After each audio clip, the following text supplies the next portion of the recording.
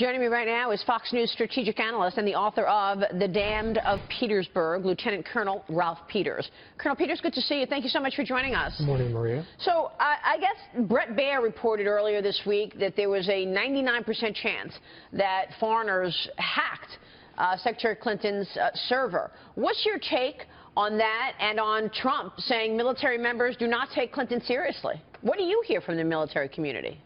Well, all of this is so utterly overheated, and you're hearing wild rhetoric from both sides. On the issue of, Hillary's email irresponsibility, folly, and indeed, I believe, criminal behavior, look, it's a genuine problem. But I'm actually personally much more worried, much more alarmed and concerned about Donald Trump's adoration of Vladimir Putin and Putin's evident intent to do all he can to help Trump get elected. There's more backstory there, and as far as the military goes, it is divided. The people I tend to hang with are, with one exception, everyone I know that I pal with, they fear Trump. They fear him deeply. But there are other people in the military, obviously, who support him. I mean, the military reflects our country. It, too, has its internal political divisions. But at the end of the day, as a national security person, I detest Hillary Clinton. I find her despicable. But I still think she's a safer bet for president than Donald Trump with his attacks on NATO, his crazy statements about Aleppo and Syria, about Iran, his insistence that he knows more about ISIS than the generals. Maria, I just can't swallow that. Governor, what do you say about that? Well, Colonel, I hear that, but we've been run over by the Iranians. I mean, we didn't even try to get anything out of them. We just handed them a big check. We paid for hostages. I mean, how can that possibly be a policy that we want to continue? Well, I certainly don't want to continue it.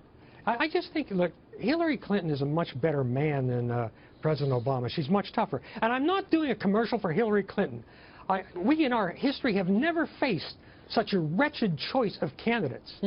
But I am trying to be honest, and I'm not getting on anybody's bandwagon. But when asked a question, by God, I will give the American people my honest view. And my honest view is on foreign policy and national security.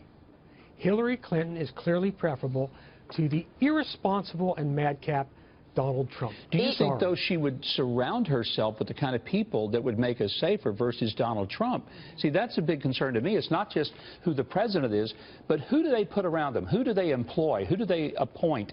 What kind of worldview do they have going in? How do they look at our allies like Israel versus how do they look at our true enemies like Iran? That worries me, Colonel. Well, I look at the people who are backing each candidate. And again, I don't want to be partisan about this, but the generals and admirals I respect, the people from the intelligence community I respect, are overwhelmingly behind Hillary Clinton, not because they think she's great, not because they even respect her, but because they fear a Trump presidency, as do I. But Colonel, if I could throw one more thing, and there's nobody I love more than you. Hit the balls right back. You just pitch. I absolutely admire you tremendously, but if we have Hillary Clinton, here is a person who has shown an utter contempt for the law. Colonel, if you had done what she had done with classified information and the destruction of documents, where would you be right now? It wouldn't be on Maria's show. Well, unquestionably, I would be in jail. There's no question about that. Hillary Clinton is indefensible. She is the worst possible choice to be the United States of America's president, except for Donald Trump. So in other words, what you're saying, it's about what he has said versus what she has done. Well, I keep hearing all this stuff about how bad experience is. Experience counts. We saw naivety with Obama coming to office with no foreign policy experience.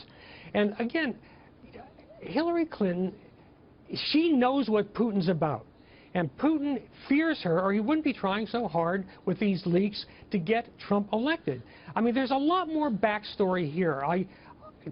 Putin clearly has some kind of hold over Donald Trump. Huh. And Romney well, was right. Clear, Putin is our #1 enemy. Just to be clear, the FBI said that they have no evidence of a Trump-Russia connection. That's what Jim Comey said the other day.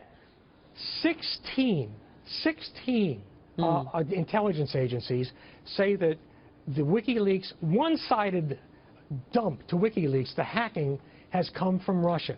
Yeah. Now, Maria, you're smart. You can connect those dots. Right. Well, I'm just telling you what the FBI said.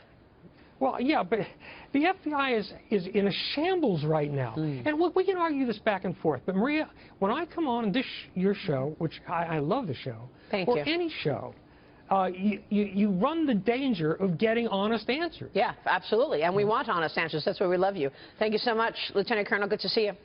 Thank you, Maria. Colonel Ralph Peters joining us there.